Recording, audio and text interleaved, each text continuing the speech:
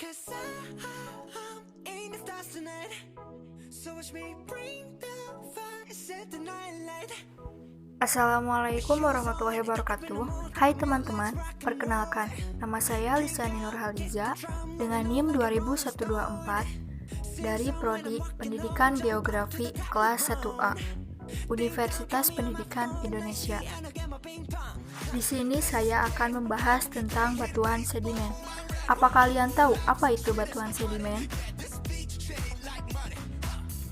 Batuan sedimen berasal dari batuan yang lebih dahulu terbentuk yang mengalami pelapukan, erosi, dan kemudian lapukannya diangkut oleh air, udara, atau es yang selanjutnya diendapkan dan berakumulasi di dalam cekungan pengendapan membentuk sedimen. Proses pembentukan batuan sedimen ada 3. Pertama, pemampatan. Kedua, penyemenan. Dan ketiga, penghabluran. Proses yang pertama yaitu pemampatan. Pada bagian ini, butiran sedimen akan dipadatkan karena mengalami tekanan saat sedang tertimbun. Pada proses ini, butiran sedimen akan mengalami pengurangan air 60-80%. Kemudian, batuan sedimen tersebut akan bersentuhan satu sama lain, dan nantinya akan ada silika yang masuk dengan sifatnya yang terlarut ke dalam rongga antara butiran. Penyemenan merupakan proses pembentukan atau pengendapan mineral baru yang berasal dari cairan rongga di permukaan butiran. Hal ini sering juga disebut tumbuh lampau atau pertumbuhan besaran mineral yang ada. Kuarsa dan klasit merupakan jenis semen yang utama. Terakhir adalah proses penghabluran, yang merupakan proses penting dalam batu kapur, di mana ukuran klasit bertambah menjadi lebih besar sehingga menyebabkan musnahnya tekstur serta struktur yang dimiliki. Jenis-jenis batuan sedimen: klastik, non-klastik, dan vulkanik-klastik. Pada saat siklus mengalami pengikisan, pelapukan, dan pengendapan karena pengaruh cuaca, kemudian diangkut oleh tenaga alam seperti air, angin, atau gletser, dan diendapkan di tempat yang lebih rendah, maka akan terbentuk batuan sedimen. Menurut proses siklusnya, batuan sedimen dibagi menjadi 3. Batuan sedimen klastik hanya mengalami siklus mekanik tanpa mengalami siklus kimiawi, dikarenakan tempat pembentukannya masih sama susunan kimiawinya. Contohnya seperti breksi dan batu pasir. Kemudian ada batuan sedimen kimia, di mana batuan ini terbentuk mengalami proses kimiawi. Jadi batunya hanya mengalami perubahan susunan kimiawinya. Contohnya seperti halit dan gipsum. Batuan sedimen organik, di mana batuan ini pada siklus pengendapannya mendapat pengaruh dari organisme lain, seperti tumbuhan, atau bisa dikatakan terjadi pengaruh organisme pada siklus pembentukannya. Contohnya adalah gamping dan batu bara.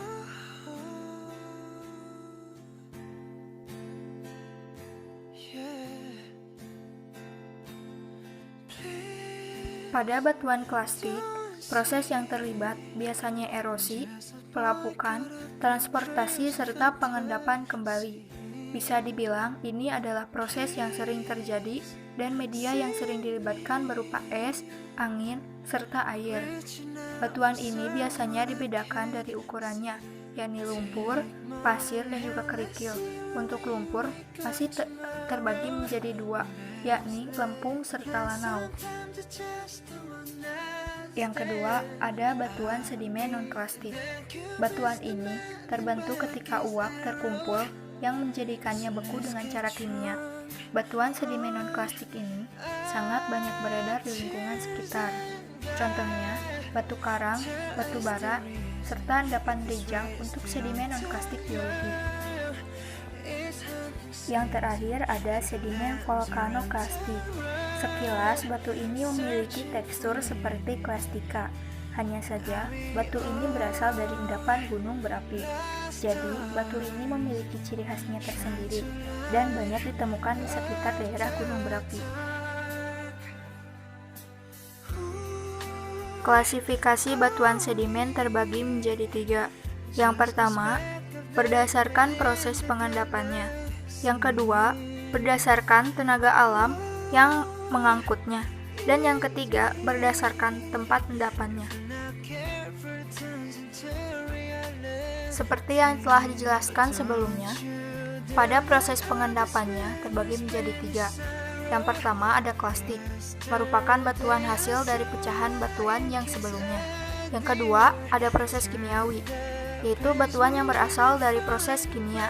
Dan yang terakhir ada organik, berasal dari bahan organik yang diendapkan. Yang kedua, berdasarkan tenaga alam yang mengangkut, ada udara, batuan sedimen aerik, ada air sungai, batuan sedimen akuatik, ada laut, batuan sedimen marin, dan ada glacier, batuan sedimen glastik.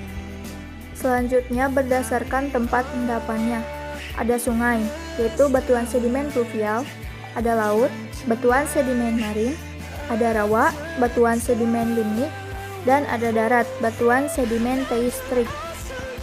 Sifat-sifat batuan sedimen, ada struktur, warna, tekstur, tingkat sedimentasi, dan kandungan mineral. Pada struktur terbagi menjadi 2, ada syngenetic, merupakan struktur yang terbentuk bersamaan dengan terbentuknya batuan ini, sering disebut sebagai struktur primer batuan. Selanjutnya ada struktur epigenetik, yakni terbentuk setelah kekar, sesar, dan lipatan.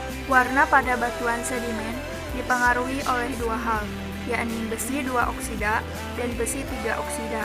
Batuan ini memiliki warna umumnya terang seperti kuning, putih, atau bahkan abu-abu terang. Meskipun begitu, masih ada beberapa jenis dari batuan ini yang memiliki warna gelap seperti coklat ataupun merah. Tekstur pada batuan sedimen dibedakan menjadi 2, yaitu klastik dan non-klastik. Pada tekstur klastik, lebih mengarah ke 3 dimensi dengan ciri khas yang berasal dari pabrik batuan. Yang kedua, non-klastik, yang lebih lempung jika dibandingkan dengan yang klastik. Sedimentasi pada batuan sedimen seperti lautan dalam yang setiap tahunnya hanya beberapa milimeter saja pencapaian pengendapannya. Berbeda dengan saluran tidal, dalam 1 hari bisa mencapai beberapa meter. Kandungan mineral pada batuan sedimen.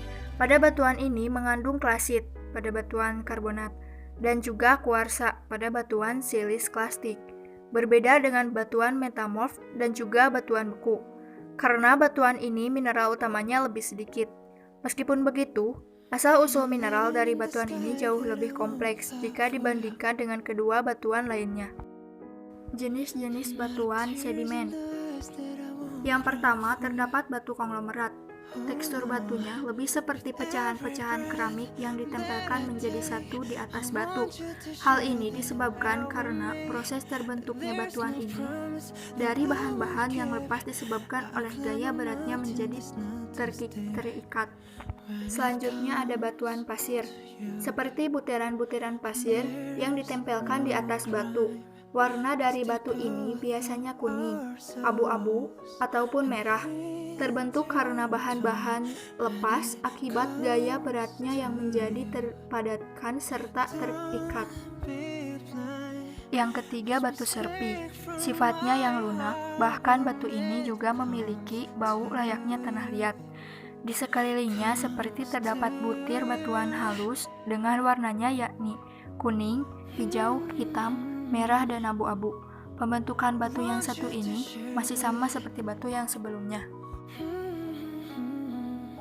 Yang keempat ada batuan kapur. Tekstur batuan kapur agak lunak dan memiliki warna putih keabu-abuan. Apabila ditetesi dengan cairan asam, maka akan mengeluarkan gas karbon dioksida. Berbeda dari batu sebelumnya, batuan sedimen ini terbentuk dari cangkang binatang lunak yang telah mati kemudian memadat. Kelima, ada batu bereksi. Batu endapan yang berjenis vulkaniklastik sehingga memiliki bentuk seperti pecahan yang dipadatkan. Yang keenam ada batu lempung, memiliki warna coklat keemasan, coklat merah, serta abu-abu. Sesuai dengan namanya, batu ini terbentuk dari lempung residu yang mengalami proses diagenesa. Dan yang terakhir ada batu stalaktit dan stalagmit. Batu yang biasanya banyak terletak di dalam gua dengan warna kuning, krem, coklat, keemasan, dan juga putih. Kemudian ada manfaat dari batuan sedimen. Yang pertama, untuk batuan endapan ini, pemanfaatan paling utamanya adalah untuk bahan baku bangunan, seperti batu konglomerat. Lalu, bisa juga sebagai hiasan dan peralatan rumah, seperti breksi dan repi. Yang selanjutnya, pemanfaatan sebagai campuran material di dalam pembuatan gelas atau kaca, seperti batu pasir. Kemudian, batu bara yang bisa dimanfaatkan sebagai bahan bakar maupun untuk pembangkit energi lainnya. Dan batu gipsum yang paling terkenal dimanfaatkan untuk perekat, penyaring, bahan bangunan, dan lainnya.